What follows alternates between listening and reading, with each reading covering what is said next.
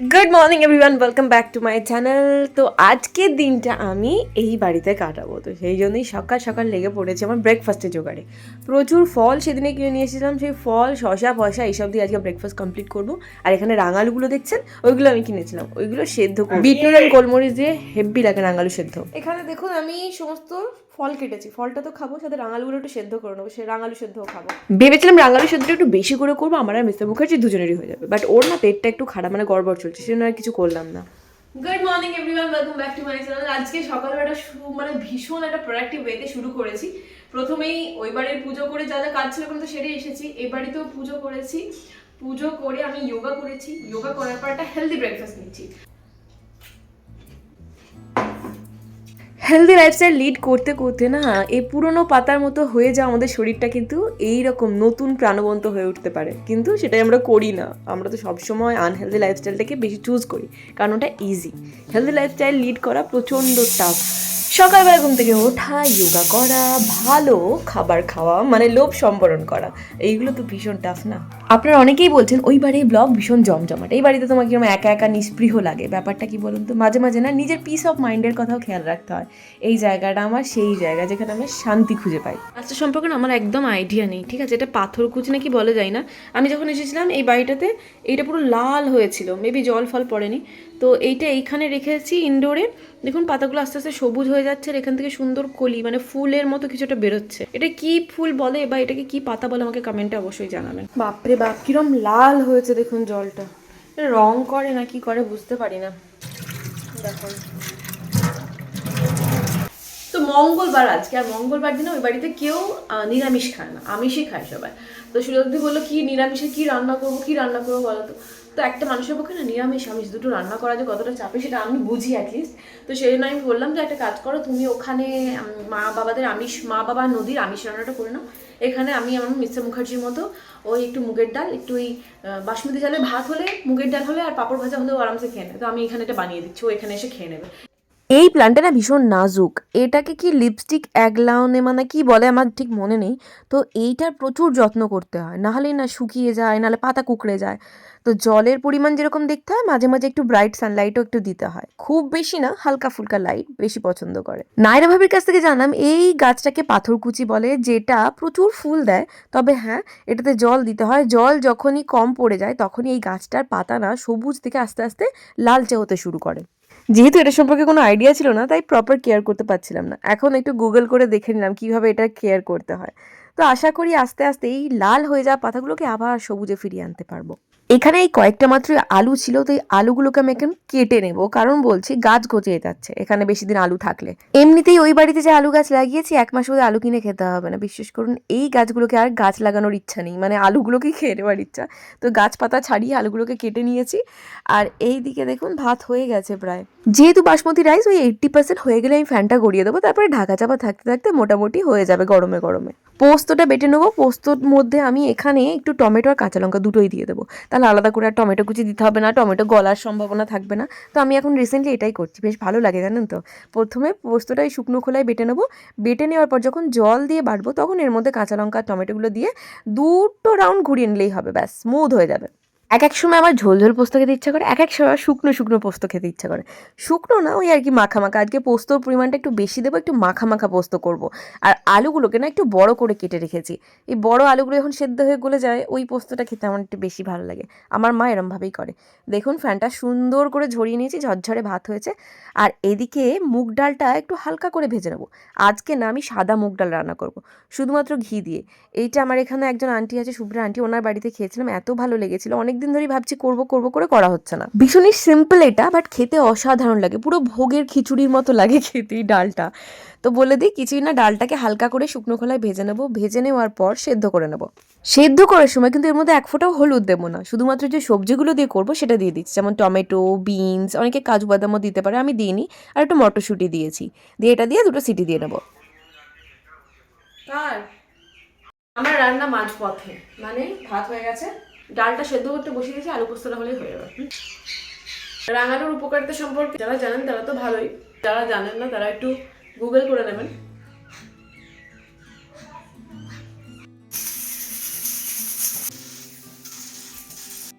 তো হ্যাঁ, যেটা বলছিলাম, এই ডালটা একদিন বাড়িতে বানিয়ে খাবেন বা খাওয়াবেন, তারপর আমাকে বলবেন যে কেমন হয়েছিল। তো এই ডালটা পুরোটাই ঘিতে হবে। প্রথমে ঘিয়ের মধ্যে আমি একটু শুকনো লঙ্কা, তেজপাতা, অল্প একটু আদা বাটা, গোটা জিরে আর গোটা গরম মশলা ফোড়ন দিয়েছি। তারপরে সেদ্ধ করা ডালটা দিয়ে এর মধ্যে একটু নুন, পরিমাণ মতো মিষ্টি দিয়ে তারপরে আমি এর মধ্যে গোটা গরম মশলা একটু থেতো করে দিয়ে দিলাম, আর একটু ঘি আর কাঁচা লঙ্কা নামিয়ে সার্ভ করে দিন। দারুণ খেতে লাগে। ভাত হয়ে গেল, এখানে ডাল হয়ে গেলে, এবার আলু পোস্তটা হয়ে গেলেই হয়ে যাবে। স্টিলের কড়াই সম্পর্কে বলতে কি, আপনারা আগের বারে অনেকেই বলেছিলেন যে দুটো কোম্পানির নাম বলেছিলেন যে এই কোম্পানি স্টিলের কড়াইটা ইউজ করে দেখো, তোমার আশা করি প্রবলেম হবে না। তো এখন যে কড়াইগুলো আছে সেইগুলোকে আগে শেষ করি, তারপর না হয় ওটা কিনবো। কারণ এখন আমার কাছে প্রচুর ছোট বড় মাঝারি সাজারি ফুল থেকে আরম্ভ করে এত ধরনের কড়া প্যান হয়ে গেছে না, তো সে না আর নতুন করে কড়া কিনছি না। আলু পোস্তটা এটাতেই বসালাম। এই কড়াটা না আমার শাশুড়ি মায়ের কড়া, জানেন তো, কবে কিনেছে তার ঠিক নেই, একদিনও ইউজ করেনি। করলাম হচ্ছে আমি আলু বড়ি দিয়ে একদম নিরামিষ পোস্ত করছি। বড়িগুলো না কম তেলের জন্য একটু পুড়ে পুড়ে যাচ্ছিল, স্টিলের কড়াইতে রান্না করা অভ্যেস নেই, তো তাই সেদ্ধ হয়ে গেলে পোস্তটা দিয়ে নামিয়ে নেবো। এই দেখুন আমরা আলু পোস্ত একদম মাখা মাখা করে করেছি, আর একটু ঠান্ডা হলে আরও বেশি শুকনো হয়ে যাবে। আজকে একটু শুকনো শুকনো করেই করলাম, ইচ্ছা করলো। তো এটা আবার নামিয়ে ব্যাস আমার রান্না কমপ্লিট।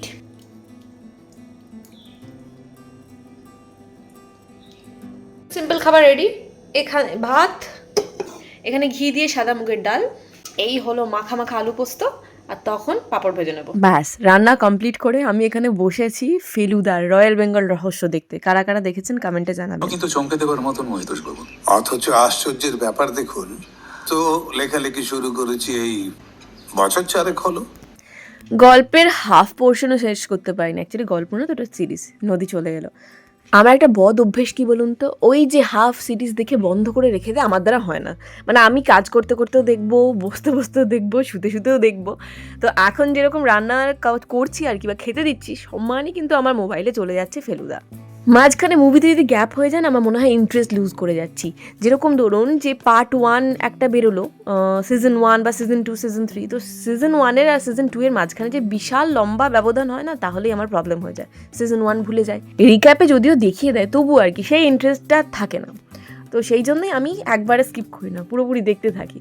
মিস্টার মুখার্জি এখানে ভাত দিয়ে দিচ্ছি অনেক দিন পর। ইনফ্যাক্ট প্রায় মানে বেরই করি, এগুলো প্রায় নতুনই বলতে গেলে। এই কাঁসার বাসনগুলো বের করলাম।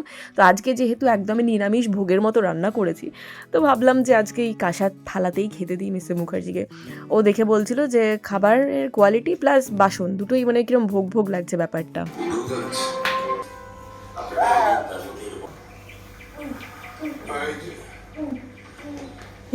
এই তোকে তো পায়রার মতো লাগছে সাদা কাঁসার থালায় তুমি দেখিয়েছো। কই কি লাগবে খেতে, শুধু ডাল দিয়ে মেখেও খেয়ে নিতে পারো। মন্দিরের খাবার মনে হচ্ছে কোনো মন্দিরের খাবার খাচ্ছি, কোনো মন্দিরে গিয়ে বসে খাচ্ছি খাবার। ডালটা যে এত ভালো হয়েছে, ডাল দিয়ে ভাত খাওয়া যাবে। যে বাবার বাবা ছিল উনি এরকম খেতেন, মানে এরকম কোয়ালিটির খাবার খেতেন, পুরো নিরামিষ। ও সাধারণ পটলের তরকারি এটা হতো ঘি দিয়ে পুরো, পটলের তো করে দোলমা দারুণ ওটা লাগে, পুরো ভালো ঘি করতো। এই যে খাওয়া দাওয়া কমপ্লিট। আজকে আমি এখন ফেলুদা শুনবো, বুঝলে? আমি এখন ফেলুদা দেখবো। দুপুরবেলা খেয়ে দিয়ে বাড়িতে চলে যেতাম, বাট এবারে না দুধ রয়ে গেছিলো। দুধটা বেশি দিন রাখলে খারাপ হয়ে যায়। আমি বললাম যে দাঁড়াও একবারে চাটা খেয়ে যাবো। বানাচ্ছি, ম্যাম তো খাবে না, ম্যাম খেয়ে এসেছে বললো। তো আমরা মিস্টার মুখার্জির জন্য চাটা বানাচ্ছি।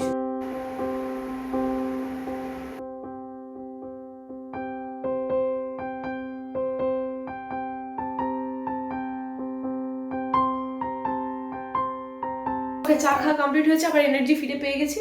তো ভাবছিলাম যে ওখানে গিয়ে আমি সিমুইয়ের পায়েসটা বানাবো না এখানে বানাবো। তো ভাবলাম যে নদীর তো এইমাত্র ম্যাম এলো, পড়াতে তো একটু টাইম লাগবে, তাই ভাবছি এখানেই করে নিয়ে একবার ও বাড়িতে চলে যাবো। বাড়িতে আমার এই বাড়ির অনেক বাসনপত্র রয়ে গেছে, ওগুলো নিয়ে আসতে হবে। টিফিন বক্স টক্সগুলো যেগুলো নিয়ে যায় খাবার, সেইগুলো রয়ে গেছে।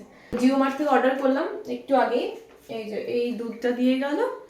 এতটা সিমুই, আমার সিমুই খুব পছন্দ, শুধু আমার না, নদীরও ভীষণ পছন্দ। পায়েসটা একটু বেশি করে রেখে দিলে কালকে সকালবেলাও পাউরুটি দিয়ে খেয়েও যেতে পারবে। আর একটু ফ্রোজেন সুইট কর্ন আনিয়েছি, এটা আমার খুব লাগে কাজে। গরম তো পড়েই যাবে আর 1 মাসের মধ্যেই।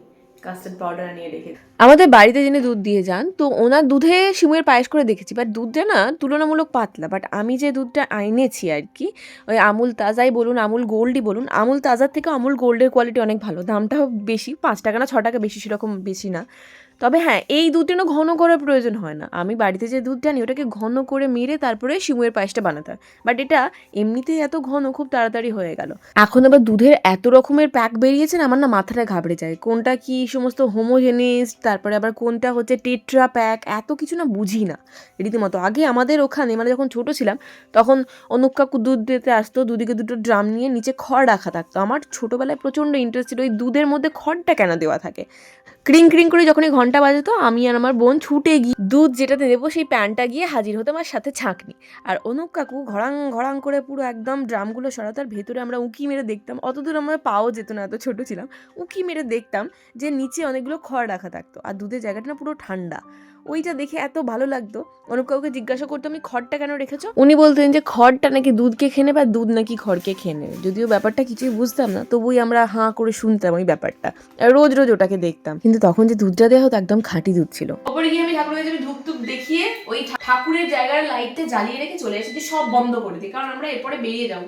মিস্টার মুখার্জি ল্যাপটপে বসে আছে একটা কাজ নিয়ে, সেই জন্যই ওয়েট করছি। ওর হয়ে গেলে আমরা বেরিয়ে যাবো। নদীর খিদে পেয়েছে বললো, দেখেছি এখানে নাগেটস গুলো আছে, অনেকদিন ধরে রয়েছে, নষ্ট হয়ে যাবে, ওকে দিয়ে দিচ্ছি এগুলো। আমিও একটু খাবো, খেতে ইচ্ছে করে, সস দিয়ে গরম গরম।